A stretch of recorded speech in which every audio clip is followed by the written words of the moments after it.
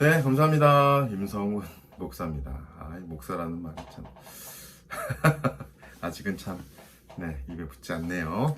자, 오늘은 예레미야 9장 23절에서 26절까지 보도록 하겠습니다. 페이지 1066, 1067 있습니다. 1066페이지, 1067페이지 읽겠습니다.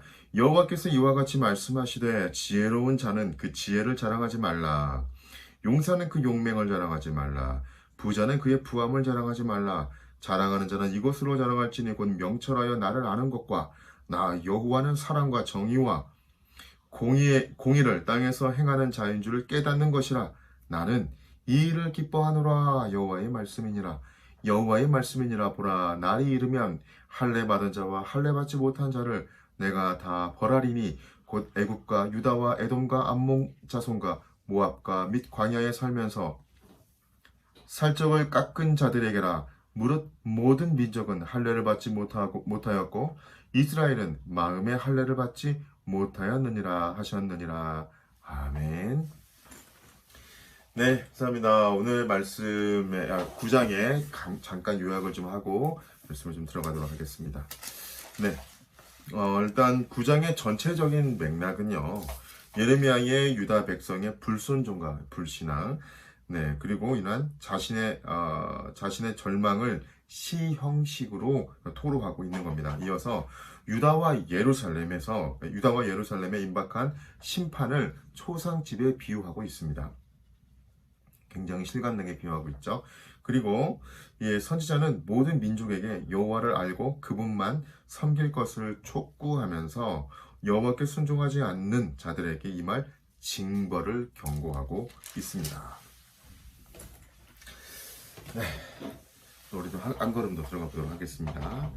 자, 이제 23절, 26절.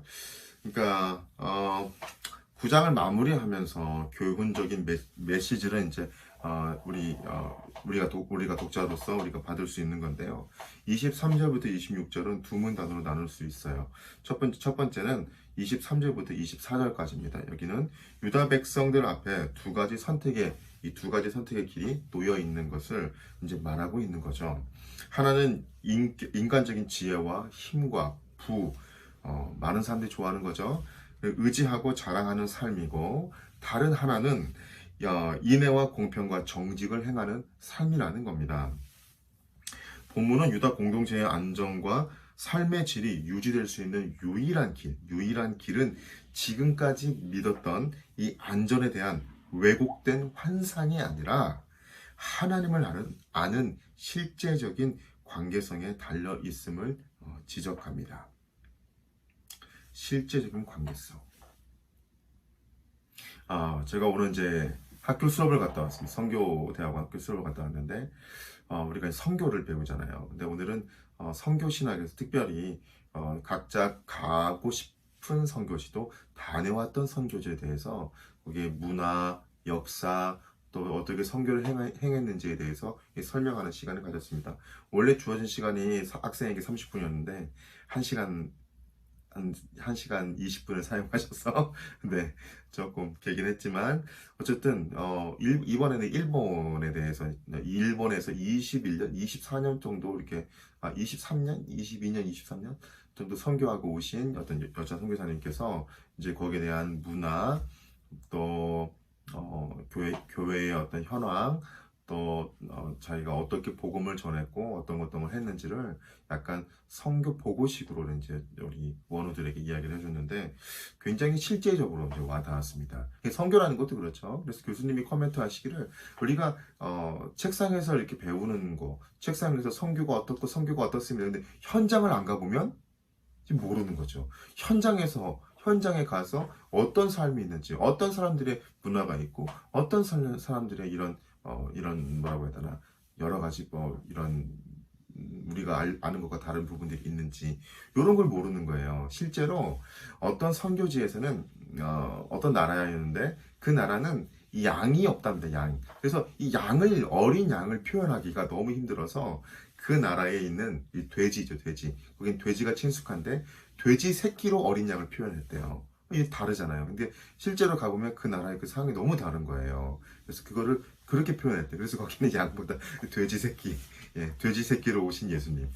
네, 그렇게 이제 한다고 해요. 그래서 참 실제적이다. 그러니까 유다 공동체도 마찬가지죠.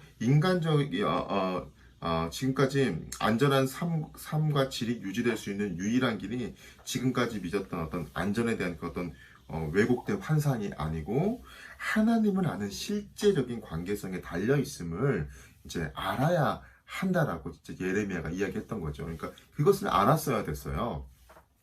그 나라가 어떤지 귀로만 듣는 것도 물론 아는 거지만 실제적으로 가보니까 아 이렇군요. 실제적으로 생활해 보니까 아 그들의 삶이 이렇군요. 물론 요즘은 이제 유튜브나 뭐 잘 돼 있어서 요즘은 굳이 안 가봐도 다 합니다. 근데 뭐 예전에는 그 말만 듣고서는 잘 모르잖아요. 또 실제적인 삶은 또 모르는 부분들이 있잖아요. 그러니까 실제적으로 아는 하나님을 아는 관계성에 달려 있었다는 거.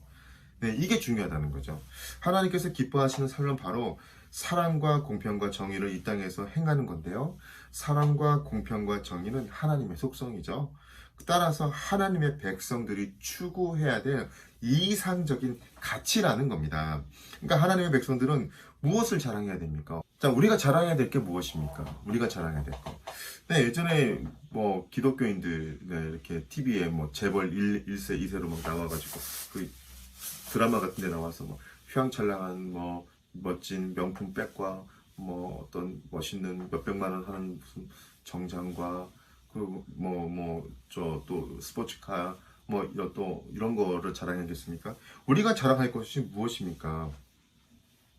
바로 우리들이 자랑할 것은 오직 하나님을 깨닫고 하나님을 아는 지식을 우리가 자랑해야 한다는 거죠. 그것을 우리가 자랑해야 한다는 겁니다.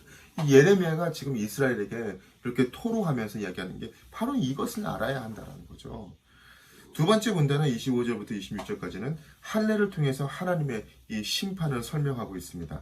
마음의 할례는 이미 예레미야 4장 4절에서 또 6장 10절에서 강조했던 주제로서 육체의 할례를 행할 것이 아니라 참 하나님의 언약의 백성으로서 마음의 할례, 마음을 찢어야죠. 옷을 찢는 것이 아니라 마음을 찢어야죠. 마음의 할례를 행하라는 명령이죠.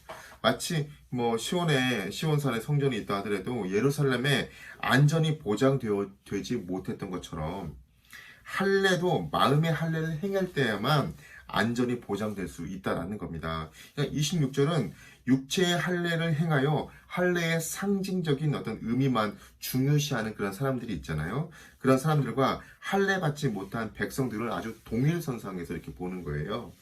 그리고 오직 마음의 할례를 행한 자만 하나님의 진정한 보호를 받을 수 있다라는 겁니다. 그것을 지금 말씀하고 있는 거예요. 여러분, 하나님의 백성은 어떤 삶의 원리 위에서 살아가야 되겠습니까? 네, 본문은 인생의 어찌 보면 나그네 길이죠. 참 나그네 길인데 가는 동안 어떻게 살아가야 될지 이 지혜를 말씀하고 있는 거죠. 인간의 지혜, 인간의 힘, 인간의 부를 자랑하지 말라라는 겁니다. 인간이 지혜가 있으면 얼마나 지혜롭고 인간이 힘이 있으면 얼마나 힘이 있고 인간이 돈이 있으면 부가 있으면 얼마나 있겠습니까? 여러분, 하나님 이 우주의 주인이시잖아요. 인간이 부가 있으면 얼마나 있겠습니까? 저기 몇백 광년 떨어진 곳에 진짜 다이아몬드로 된 어떤 행성이 발견됐다면서요? 네, 그 하나님 거예요. 다 하나님 가지고 계신 거라는 거죠. 우리가 부가 있으면 얼마나 있습니까? 이걸 자랑하는 사람 참 어리석은 거죠. 이것을 자랑하는 삶은 진정 어리석은 삶입니다. 천박한 삶이라고도 할 수 있죠. 우리의 자랑은 그것이 아니라는 겁니다. 하나님의 백성은 인애와 공평과 정의를 행하며 하나님을 아는 것, 그것을 우리가 자랑해야 하는 거죠. 그렇다면 어떻게 이런 삶이 가능하겠습니까? 육체의 할례가 아니라 마음의 할례를 행해야만 비로소 육체의 소욕이 사라지고 성령의 인도를 따라서 우리가 풍성한 열매를 맺는 삶이 가능하게 된다라고 합니다. 그 열매는 바로 인애와 공의와 공평을 이 땅에서 이루며 사는 거죠. 네, 오늘은 짧게 여기까지 살펴보겠습니다. 네, 우리가 자랑할 거 뭐라고요? 네, 지혜와 힘과 어떤 부가 아니라 바로 여호와를 아는 것, 하나님을 아는 것, 바로 그것을 우리가 자랑할 수 있기를 바랍니다. 우리가 하나님을 더 아는 것을 더 자랑하게 해달라고, 많은 사람들에게, 하나님을 모르는 사람들에게 하나님을 또 자랑하는 우리가 되게 해달라고 다 함께 기도하겠습니다.